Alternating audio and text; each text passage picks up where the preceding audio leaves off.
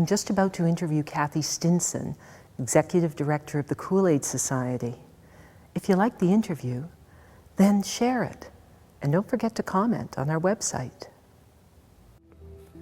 I'm Heather Ferguson, and you have found a Sonar Moment. I'm a hippie, corporate hippie. We're aware of the risks, but we're willing to ignore them for the moment. I don't have to be the smartest guy in the room. But a complaint is actually a request. It's the Sonar Moment, a monthly interview with CEOs from the Pacific Northwest. We're at the beautiful Alex Goulden Hall in Victoria, Canada, and today I'll be talking to Kathy Stinson, who is the Executive Director of the Kool-Aid Society here in Victoria.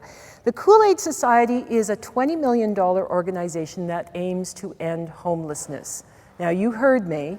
It aims to end homelessness. Now, lots of organizations have big, hairy, audacious goals, but Kool-Aid has cited it, has measured it, and has a plan to achieve it by 2018, 4 years from now. So Kathy, welcome. Thank you. Talk about putting you on the spot.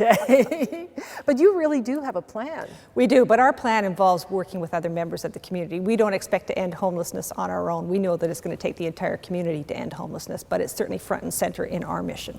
And you have specific goals that we do. You know Absolutely. what your part in Yes. this Yes, we do. is going to be. Tell me a little bit about the problem of homelessness, generally speaking.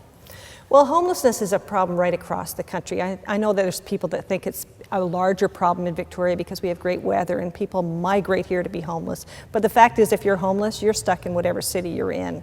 And our problem is a homegrown problem, and it's one that we have to address here at home. And certainly there's issues that exacerbate homelessness, poverty probably being the largest issue, but mental health issues, addictions, brain injury, all these kind of things make homelessness worse. So we're talking about people who, for whom it is very difficult and sometimes well nigh impossible to pull themselves up by their bootstraps. Absolutely. There's so many issues in their lives that are causing them to be in the state of homelessness that they really need a whole community to rally around them to bring them out of that state. And what specific service does Kool-Aid provide? Well, we provide a wraparound group of services. Certainly we provide emergency shelter services, but we also provide supported housing and integrated health services, as well as ancillary mental health and addiction services to try and really work with the person in whatever area they need work in. Why? Let's just back up a little bit, because you've talked about that as well. Why do you need to have all these ancillary services? What value does that bring to when housing first is really what it is that you're focused on? Well, housing first just means that people have a right to housing, and if they're going to make any change in their lives, they need a firm place from which to begin to make that change. So having a home of your own that doesn't have any time restrictions on it, breathing down your neck saying, oh, I've got 6 months and then I've got to move on somewhere else. So it's about having that stability of a home, but then recognizing that there's lots of issues that people need to work on as well, whether it's working on their addictions, whether it's getting their mental health under control, stabilizing medications, seeing a counselor, getting their physical health under control, because many people who've been homeless for a long time have a myriad of physical ailments as well that they have to deal with. So we have our health services, we have our dental services. If you're trying to get out into the work world and you have bad teeth, it's going to be very hard on your self-esteem to go out there and actually search for a job. So we have our dental clinic that works on that for people. So it's about recognizing all the different pieces that need to come together for people to have a good quality of life and making sure that they're accessible to them. What is it that makes you think you can end homelessness in Victoria, you and the coalition, end homelessness in Victoria by 2018? How did you actually come up with that BHAG? Well, we came up with those numbers because we know approximately how many people are homeless in our city. We know what the causes of homelessness are, and we know that the main solution to homelessness is providing homes. So it's just about the political will and the wherewithal to actually build those homes and allow people to move into them. So I'm hearing a real focus here. You actually are very focused on one particular thing, which is providing homes. Absolutely. For a described number of people who are homeless. Yes. And, but that's going to, if I remember from our talk before, that's going to double the size of your organization. It is, because we're talking about 360 units that Kool-Aid is going to put our efforts behind. The coalition has called for 719 new units of supported housing to be built, and Kool-Aid is put our efforts behind half of those units, half of those apartments. And right now we have 374 units of supported housing. So that is going to double our housing portfolio, and there's a lot of infrastructure in that as well. But we've already doubled in size since I've been the executive director 8 years. So we know what's needed in order to bring that infrastructure to bear, you know, in terms of support staff and, you know, additional software programs and all of those kind of infrastructure pieces.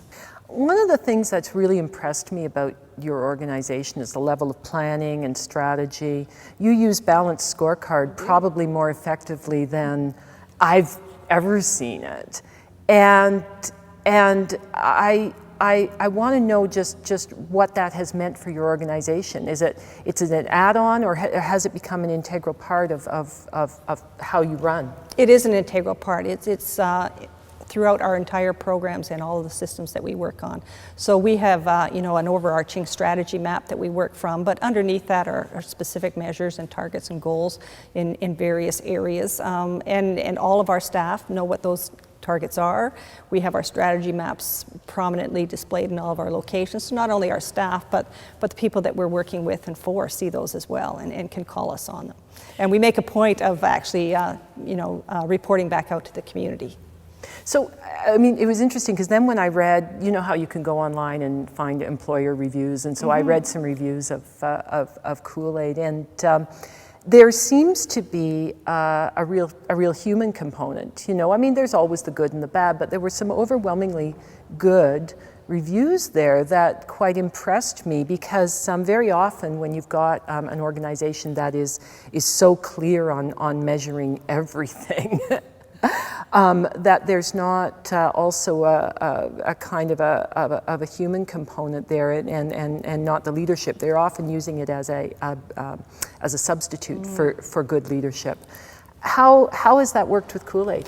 Well, I think it's because people are at the heart of what we do. It's all about people, the people that we work with, the people we work for.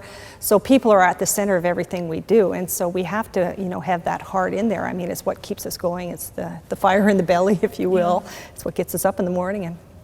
So tell me how those two things integrate, because you've been cited a couple of times for leadership. I know you won recently the Victoria Foundation Community Leadership Award, and I know that checklist is quite long. And you've also been cited as a best practice by the Homeless Hub at York University. So you must be integrating those two. How does the measurement and the people focus mesh? Well, I think it's about having it throughout everything we do, from our management team meetings to our frontline workers meetings, the community issues that we're involved with. So Kool-Aid participates in a variety of different community action items and events. So we are out there being involved. We involve our clients in all that we do. You know, we ensure that their voice is integrated into the services that we're providing. So it's about making sure that we're doing the right things the right way, and it's just how we approach our work. You've got government stakeholders. You've got a lot of stakeholders going on. How have each of your stakeholders kind of molded the way you do things? Government would be huge, for example. Well, it is, and one of the things that we do, we implemented some funder and partner surveys a few years ago, and that's part of how we make sure that we're being accountable to our government and community partner stakeholders. As far as our staff are concerned, we do the Great Place to Work survey, and we've done that twice now, and we've made improvements. And we survey our clients regularly as well, and solicit feedback from them, both kind of objectively, but also on a day-to-day basis as well, with client feedback sessions where our board is involved, and they get to hear directly from the people that we're working for what their needs are. Just tell me what you would have to say to someone taking your position right now. knowing you've been in nonprofit for almost 20 years now, and knowing everything that you do, everything that you learned, what would you? Well, I mean, it is critical that you approach it like a business. You know, I have a business background. I'm a certified management accountant by profession, and you know, you always need to make the business case for everything that you're doing. You know, whether it's a funding request or you know, a new project that you're trying to build. You know, 45 units of housing in the community. So it's about making the business case and remembering to always tie it back to mission, because for us, mission is front and center. So if it doesn't tie in with our mission, we're not going to tackle it. And it's really being clear about what your mission is and staying focused on that mission. You know, that was going to be my next question, because I know that with homelessness is such a broad topic, and I've been really interested in the focus that you've had. How do you stay from mission drift? How do you keep away from mission drift? Well, I think it's about being really, really clear. I mean, we know who our target group is that we're working with. We're working primarily with adults, and we know that there's family homelessness and there's youth homelessness, but there's other organizations out there that are working with those populations. So we stay true to our mission, which is adults who are primarily on their own, and you know, who have multiple issues, because that's our expertise. Yeah. We have all the house services that we can bring to bear as well. So it's about really, if any new opportunities come our way, really looking at them through that lens. Yeah. So sticking to your knitting, not trying to change the world, just trying to change that piece of it that you know you can do. Yeah. Kathy, thank you so much. I really appreciate your coming.